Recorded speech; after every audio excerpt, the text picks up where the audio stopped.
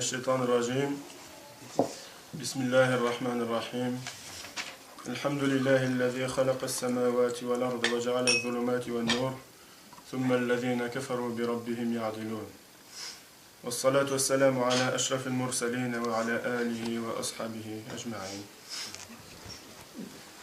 اللهم آتي شيخنا خير ما سألك حبيبك ونبيك محمد عليه أفضل الصلوات وأزكى التسليم اللهم سهل له مهمته وطول لنا صحبته وتوفنا وهو راض عنا.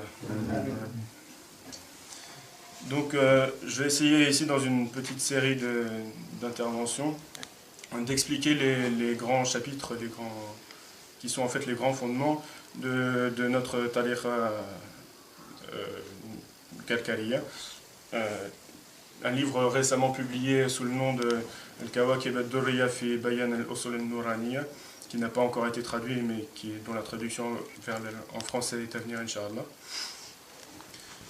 Donc c'est un livre qui traite évidemment du tasawwuf. La science de tasawwuf, on ne va pas la définir ici. Je pense que tous ceux qui écoutent savent de quoi il en retourne, ou au moins ont une idée à eux-mêmes de ce dont il est question.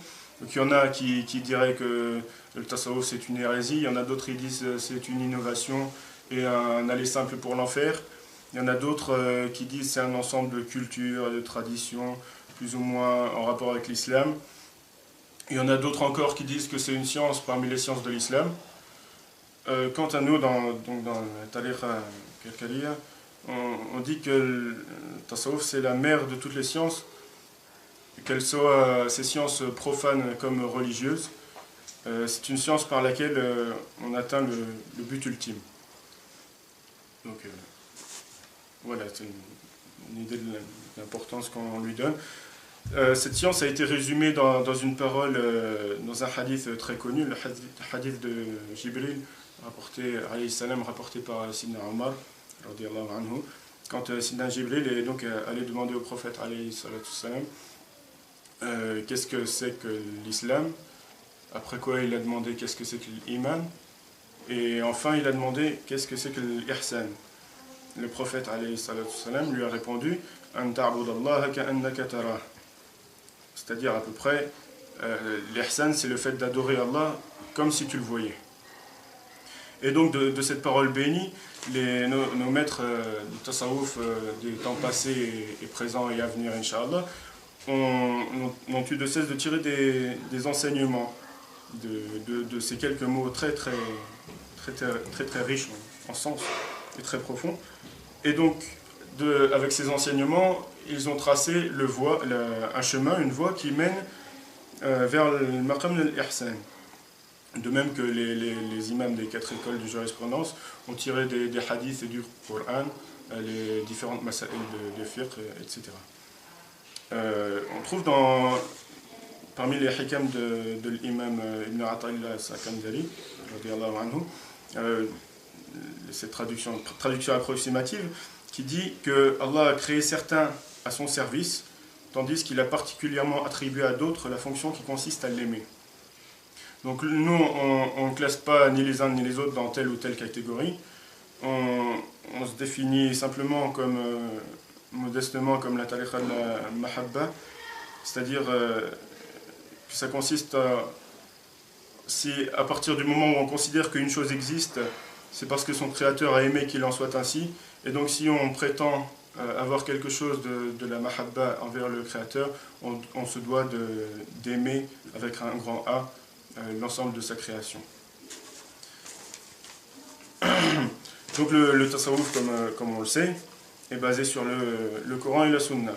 Donc tout ce qu'on va dire, ce qu'on va essayer d'expliquer dans cette série de petites interventions sera bien entendu appuyé d'un dalil du Coran et de la Sunna. Donc c'est pas sans rappeler le discours de certains, mais je sais bien, mais voilà, c'est comme ça. Donc à partir du moment où on apporte les arguments, ceux qui pourront y voir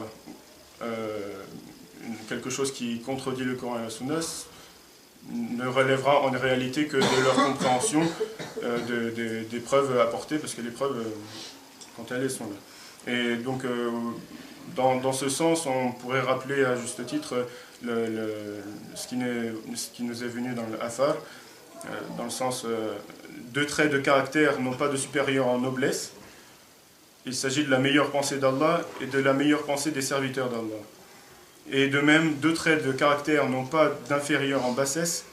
C'est la mauvaise pensée d'Allah et la mauvaise pensée des serviteurs d'Allah. Donc, dans cette série de vidéos, on va essayer d'expliquer les 7 fondements de la tariqa, qui sont le premier, al-ahd, l'engagement, le second, la subha, le chapelet, le troisième, al-hadra, ce que certains pourraient dire, qualifier de danse soufie, tout le monde voit de quoi il s'agit. Le quatrième, ce sera la muraqa'a, donc le vêtement rapiécé. Le cinquième, le dhikr al-ism al-mufrad, c'est-à-dire le dhikr avec le nom Allah. Et en sixième, ce sera la khulwa, Inch'Allah, la retraite spirituelle. Et enfin, le septième, le sir, le secret. Le secret, le ma'arifa. Et tous ces 7 fondements ont été réunis par notre cheikh, radiyallahu anhu, Sidi Mohamed Fawzi al-Karkari, dans une parole succincte qui donne en arabe istahqir nafsak wa azim ghayrak. C'est-à-dire à peu près avilis ta propre personne et grandis autrui. Et donc il s'agira de s'imposer à soi-même le rabaissement et la modestie qui conduira au remplissement du cœur de miséricorde et d'humilité envers l'ensemble de la création. L'ensemble de la création, quand bien même ce serait un insecte ou quelque chose de plus insignifiant apparemment, parce que comme ça a été rappelé dans Surat al-Naml, c'est bien une fourmi qui s'est adressée à Sidna Suleyman, une fourmi qui a été citée dans le Coran, c'est quand même quelque chose de pas simple. Et dans Surat al-Qasas, également, il me semble que c'est un arbre qui s'est adressé à Sidna Moussa alayhi salam. Donc voilà, il s'agira d'accorder la plus haute estime à tout ce que Allah a créé et tenter d'effacer son ego et ses passions. Nas'alullah. اللهم علمنا ما ينفعنا وانفعنا بما علمتنا اللهم آت شيخنا خير ما سألك حبيبك ونبيك محمد عليه أفضل الصلوات وأزكى التسليم اللهم انصره وأصلح حاجته آمين.